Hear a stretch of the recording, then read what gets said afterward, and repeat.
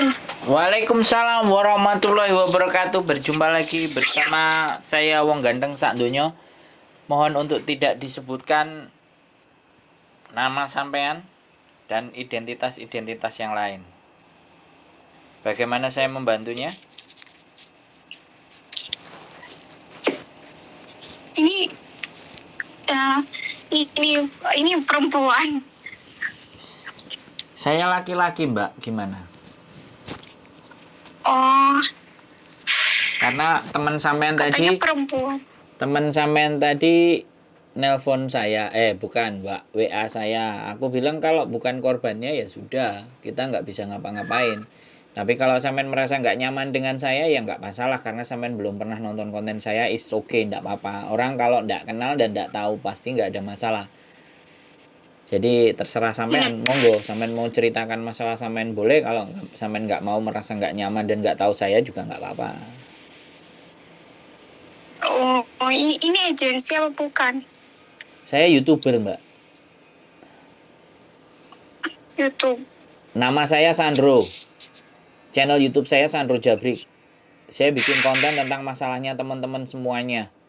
Mulai dari piutang, mulai diinterminate majikan, mulai diusir sama majikan, mulai majikannya narkoba, pengkonsumsi narkoba dan semuanya. Nggak apa-apa kalau sampean memang nggak yakin dan nggak percaya, nggak apa-apa. Sampean, makanya sampean tanya detail sama yang ngasih tahu sampean. Kalau sampean langsung telepon jadinya ya kayak gini. Buat saya no problem. Berarti sampean memang nggak pernah tahu saya. Saya sederhana Nggak aja. tahu. Lah ya nggak apa-apa. Ya kalau nggak tahu Bapak mau. kerja di sini. Kenapa? Kerja di sini lama. Saya YouTuber, Mbak. Kerjaannya saya dengerin curhatannya teman-teman, dengerin masalahnya teman-teman. Kalau teman-teman mau dibantu solusi, saya punya solusi. Tapi kalau teman-teman nggak mau juga nggak apa-apa. Itu kerjaan saya, Mbak. Makanya sampean kalau belum lihat YouTube saya pasti akan begini. Dan saya tahu orang-orang yang tidak mengkonsumsi channel YouTube saya pasti. Tapi kalau yang sudah tahu dia pasti dengan, oh iya oke, boleh mas, boleh gini gini gini. Nah, sampean cerita sama teman sampean kan bingung, nggak bisa bantu. Akhirnya sampean diarahkan ke sampean karena saya dianggap sama teman sampean itu bisa bantu sampean. Tapi kalau dari dalam diri ini sampean nggak yakin dan nggak tahu dan nggak ngerti, ya sudah, nggak apa-apa. Gitu aja sih, santai aja, Mbak. Nggak ada masalah. Kalau sampean mau matikan juga boleh. Kalau sampean mau cek-cek dulu saya siapa boleh. Channel YouTube saya Sandro Jabrik. Oh, cuma mau pendapat doang. Ya silakan. Kalau mau Boleh. ya boleh. Saya dengerin. Kerjanya saya itu dengerin curhatannya teman-teman.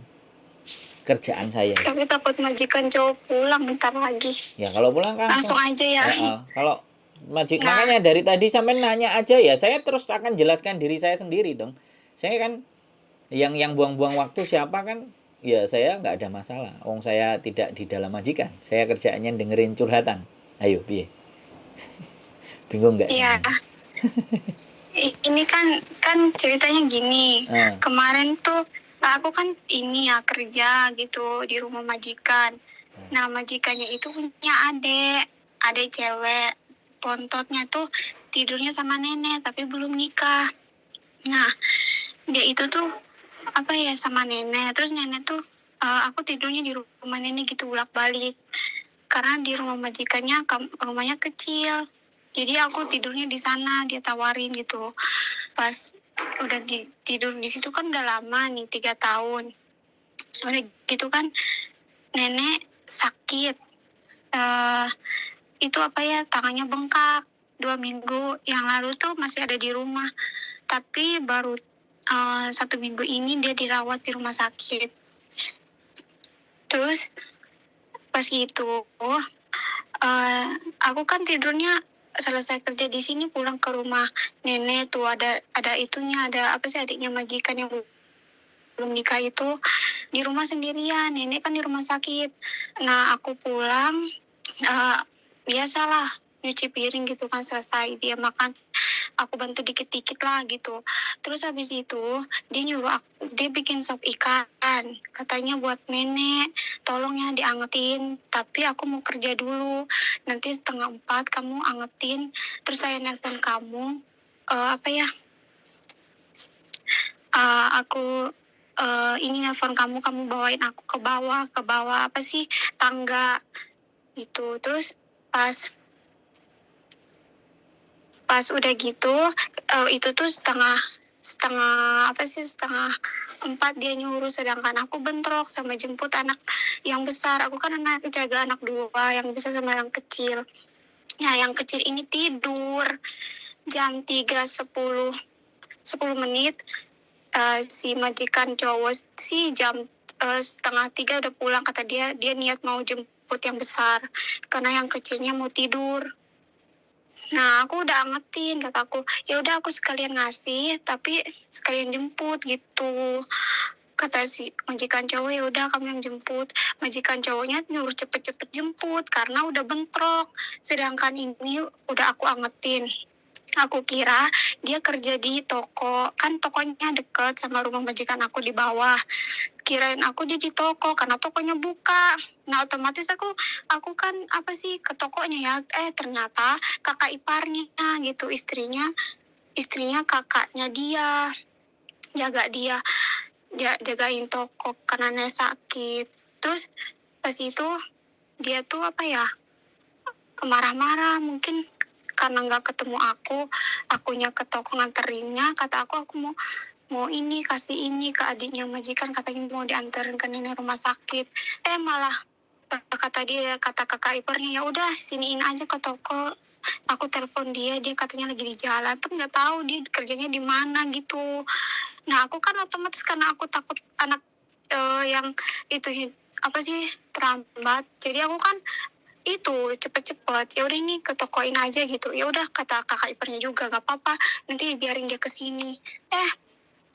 Malamnya itu saya pulang ke rumah, dia apa ya, ngeluarin apa sih, buat mandi itu sabun sama apa sih, mangkok. Kamu nggak usah tidur di sini, saya kuncinya ambil gitu, kata dia gitu.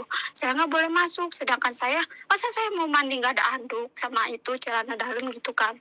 Aku mikir, gimana nih, kata aku gitu. Majikan aku nggak ada, lagi loihang gitu, keluar jalan-jalan ke luar negeri. Ada majikan cowok sama aku tuh jaga anaknya, cucunya majikan aku gitu, yang masih di rumah di sini. Jadi sekarang bingung, aku mau ambil apa sih daleman gitu. Masa saya mandi nggak ada anduk, nggak ada ini. Jadinya dia ngedadak kasih yang baru gitu di sini. Barang-barang aku yang penting, masa saya nggak boleh ke sana ambil gitu kan? Saya nggak apa-apa tidur di sini karena saya kerja juga di sini, nggak apa-apa kok gitu. Tapi kenapa saya mau ambil barang dia nggak ngasih aku pintu gitu? Udah. Kan sama ada teleponnya majikan toh. Jadi bingung. Kan sama ada teleponnya mau majikan. Mau ambil barang-barangku di sana semuanya. Halo, Samen denger aku ngomong nggak? Ya. Samen kan ada nomor teleponnya majikan kan? Hah? Samen kan punya teleponnya majikan kan?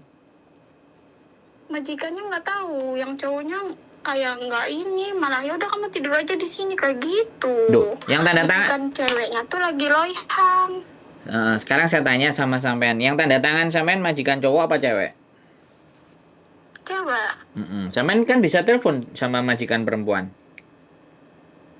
Tapi nggak tahu kenapa waktu semalam kan kayaknya mereka telepon tapi nggak diangkat. Makanya mereka suruh aja aku tidur di sini. Seharusnya kan majikan cowok bantu aku dong ke sana, ke rumah nenek gitu kan, ambil barang-barang aku. Ini mah enggak. Ya sampean minta dong, sampean ngomong dong. Barang-barangku ada di sana, aku mau ngambil. Kontrak sampean di tempat yang enggak, dengerin aku ngomong sekarang. Ganti saya yang ngomong, Mbak. Karena cerita sampean itu belibet. Paham nggak? Intinya kan sampean nggak boleh masuk rumah di mana rumah itu sebenarnya baju-baju sampean kan dan perlengkapan sampean ada di situ kan. Masalahnya kan sebenarnya itu toh. Iya. Nggak kan? Ngalor ngidul ngetan ngulon panjang banget ceritanya kan, sebenarnya nggak boleh masuk. Sampean tinggal telepon majikan sampean. Ya, yang perempuan. Kalau nggak bisa diangkat, sampean tinggal telepon agent sampean. Ya kan? Sampean telepon agent sampean nggak bisa, sampean telepon majikan cowok. Majikan cowok tidak bisa ngasih izin ke rumah itu. Pertanyaan saya, tinggal diketok aja rumahnya. Kan gitu aja toh. Kuncinya juga udah dia ambil kuncinya dia. Loh enggak, sekarang pertanyaan saya, sampean kontraknya di rumah yang ada baju-baju itu atau di rumah yang satunya? Rumah satunya, saya cuma tidur doang di situ. Ya berarti kalau sampean di rumah satunya, sampean juga nggak bisa berhak dong masuk-masuk ke rumah yang itu toh sebenarnya, bener nggak? Dia kan ngasih kunci ke aku Iya. sama ini. Ya aku tanya, walaupun masih kunci seharusnya ya, kalau sampean tidak diperbolehin di situ, bener nggak? Halo? Saya tanya Mbak, aduh, sampean ini sebenarnya konsentrasi apa enggak sih? Aku bingung, sampean itu mau dibantu enggak kan gitu kan? Jadi gini, di rumah itu, sebenarnya ketika sampean nggak boleh masuk rumah itu boleh nggak kira-kira saya tanya? Ya boleh, Nah, ya tapi sudah. saya kan udah bilang saya mau ambil anduk, barang-barang doang gitu. Saya mau tidur di rumah majikan nggak apa-apa. Makanya sampean telepon bagaimana caranya bos cowok itu ngasih kunci ke sampean untuk bisa masuk ke rumah itu untuk ngambil barang-barang. Halo? Bukan majikan cowok. Duh. Sekarang majikan cowok ada di rumah. Lah ya kan sampean minta tolong ke dia untuk ngomong ke adik iparnya. Adik istrinya kan yang nggak boleh rumah satunya kan. Orang diem aja. Loh. Ya sampean ngomong kok sampean diem aja. Bos aku nggak bisa, barangku ada di sana. Gimana caranya aku ngambil? Bisa. Nggak tahu deh, mereka cuma diem doang. Lah terus nek diem sampean mau minta tolong sama siapa? Enggak, kalau sampean diem, ya sampean nggak ngapa-ngapain, sampean telepon saya nggak ngasih kasih tahu sama sampean untuk memaksa ke majikan cowok atau majikan cewek, sampean telepon untuk bantu suruh bukain pintunya apa ya bisa, coba saya tanya. Halo? Ya udah nanti nyoba sekali lagi gitu, bilang ke majikan cowok gitu, minta tolong ambilin semua sama barang-barang. telepon lagi majikan cewek, oke? Kalau nggak bisa telepon majikan cewek, telepon agent sampean. Jadi biar yang ngomong nanti agent sampean ke majikan cewek atau ke majikan cowok. Anak itu nggak punya baju, nggak punya perlengkapan. Singsang gimana? Nanti biar yang bantu sampean itu kan agent, bener nggak? Halo? Iya sih, iya. Loh ya bener nggak? Sampean yang harusnya ditelepon itu kan agent sampean, toh bener nggak? Halo? Iya. Jadi sampean nggak bisa hanya mengeluh dan cerita ke kita kalau sampean tidak melakukan sesuatu. Bagaimana caranya sampean kirim WhatsApp ke majikan cewek berkali-kali. Barangku ada di rumah situ. Saya tidak boleh dan tidak diizinkan sama adikmu atau adiknya siapa itu yang ada di situ yang sama Mbah. Untuk ngambil barang-barang itu saya tidak diizinkan. Bagaimana kamu bisa tolong saya enggak gitu loh. Barang-barangku ada di situ semua kan kayak gitu toh ngomongnya sama majikan cewek. Iya enggak? Halo? Iya. Bisa dipahami nggak sampean? Kira-kira aku ngomong. Iya bisa. Kalau sampean nggak ngomong gimana? Dicoba 1 kali nggak bisa, 2 kali, 2 kali nggak bisa, 3 kali, 3 kali nggak bisa, 4 kali sampai bisa. Kalau sampean mau butuh barang-barang itu, kalau sampean memang nggak butuh barang-barang itu ya sudah, beli lagi yang baru kan beres ya. Iya kan? Karena kuncinya kan cuma di majikan sampean laki-laki dan majikan perempuan yang bisa bantu sampean, bener nggak saya ngomong? Iya. Sampean nggak bisa punya hak sendiri ngambil ngetok pintunya mereka ada orangnya dan ada anaknya nenek yang terakhir kan, apalagi ditanya kamu siapa, nah kayak gitu kok ngatur-ngatur saya kayak gitu kan. Halo? Iya. Kira-kira ada yang mau ditanyakan lagi nggak? Nggak usah deh. Oke, siap. Nyoba itu aja nelfon. Terima kasih. Oke, yuk, bye. Ya, assalamualaikum. Waalaikumsalam warahmatullahi wabarakatuh. Jadi gini loh, yang punya masalah dia ya kan. Mau curhat udah salah arah katanya ke saya. Sudah saya dengerin masalahnya cuma satu. baju-bajunya dia, perlengkapannya dia di rumah satunya, tempat dia tidur, karena yang dia tempat dikerja sempit. Nah sekarang ada adiknya, ada penghuni baru, terus dia tidak boleh masuk. Dia nggak ngomong sama majikan yang cowok, dia nggak ngomong sama majikan cewek katanya loihang, terus minta tolongnya ke kita. Lah pertanyaan saya, lah kalau nggak dia berjuang sendiri nanyain, masa kita yang suruh ngomong sama majikan dia cowok? Jadi kayaknya nggak happy dia. Jadi dia nggak punya baju, nggak punya perlengkapan, tapi dia diem saja, nggak paham. Jadi karena memang sekali lagi dia mau curhat ke kita pun dia juga nggak paham siapa kita. Dia cuma dikasih tahu temennya, dan temennya mungkin menjelaskannya kurang jelas. Mungkin itu saja sih, ya agak nggak pas gitu loh. Nggak tahu, diskusi yang kali ini nggak pas, karena mungkin dia memang tidak mengenal kita. Wajar ya. Jadi sekali lagi, ya agent harus nelpon agentnya minta tolong.